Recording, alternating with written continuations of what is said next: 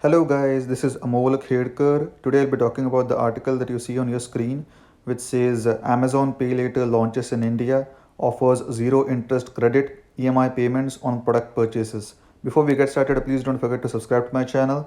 I upload videos on various topics including markets, world economy, geopolitics, and many other topics. So please don't forget to subscribe. So let's get to the article. The Pay Later service also allows consumers to opt for credit for paying monthly utility bills or purchase essential products during the lockdown. So what Amazon just did in India is that during the coronavirus lockdown, they have launched a Pay Later service, okay? And it allows consumers to opt for credit for paying monthly utility bills. Just imagine this, okay? Amazon is really going all in into this, and they are trying to capture the Indian consumer market as fast as possible. Okay, so the consumers can even opt for paying monthly utility bills later, okay, or purchase essential products during lockdown, and it is with zero interest.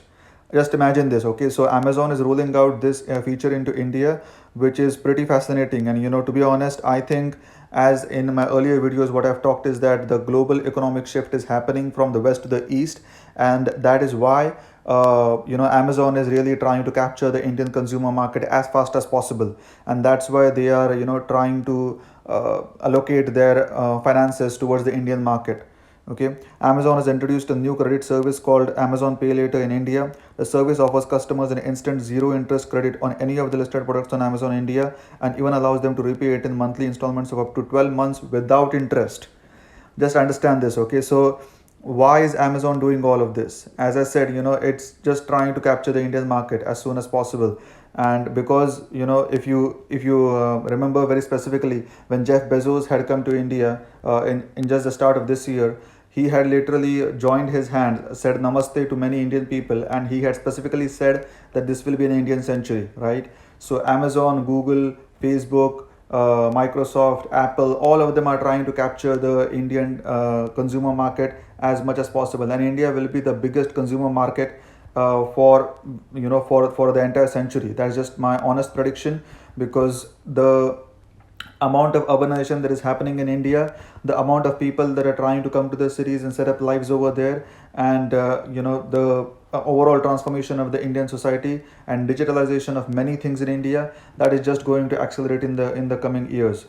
Customers can choose to pay the amount for the products purchased on Amazon India in the subsequent month, much like other services like Lazy Pay, right? If I've used Lazy Pay, if you don't know what Lazy Pay is, it's just like you have to pay installments in the coming months, but I think Lazy Pay still charges interest on that. Okay, I'm not sure, but I've used it when I used it like say 6 months back. It still started charged interest on it.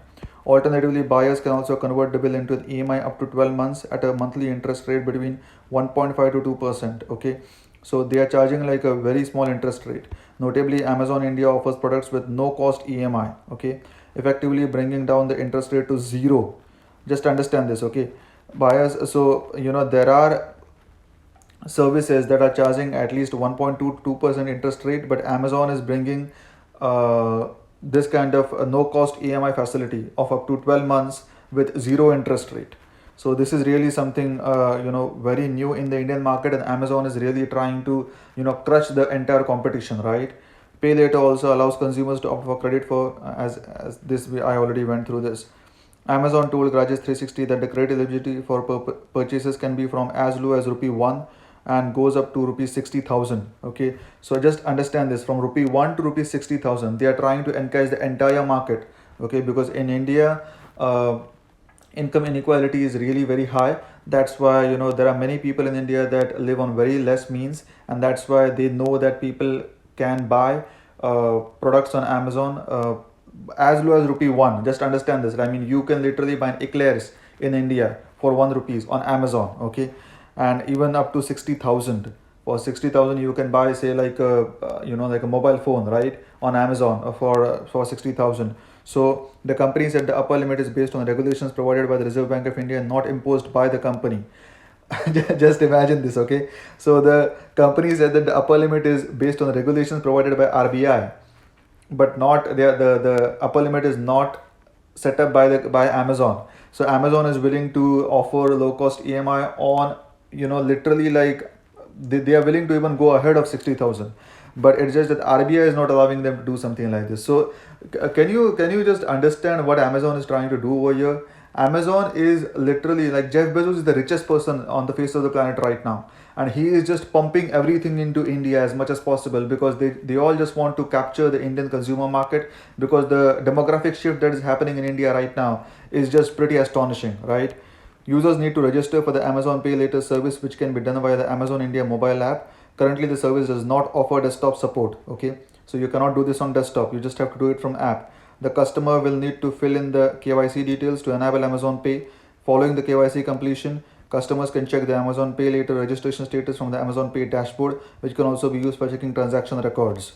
So Amazon is really trying to roll out as many features as possible for the Indian market. And to be honest, I think Amazon is concentrating on the Indian market much more than what they are doing for the US market. Because if you see in the US market right now, there are not that many enhancements that they are rolling out right now, right? So Amazon is really concentrating on the Indian market and the emerging markets, right?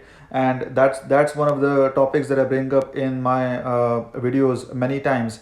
That emerging markets are really trying to gain a foothold in the worldwide situation, because as you know, the future is just going to be Asian, right? So if you look at the world economy right now, you have the US, right? US economy is really shrinking day by day, right? The US consumer market is shrinking day by day because you cannot find new consumers in a developed market like US or Canada. Okay, then you have Brazil or Mexico. These are the two biggest Latin American countries, but both of them have language issues, right? Brazil is Portuguese, Mexico is Spanish, and all on top of that, they have extreme corruption. They have drug cartels and many other things, and that's why Amazon just doesn't want to go there.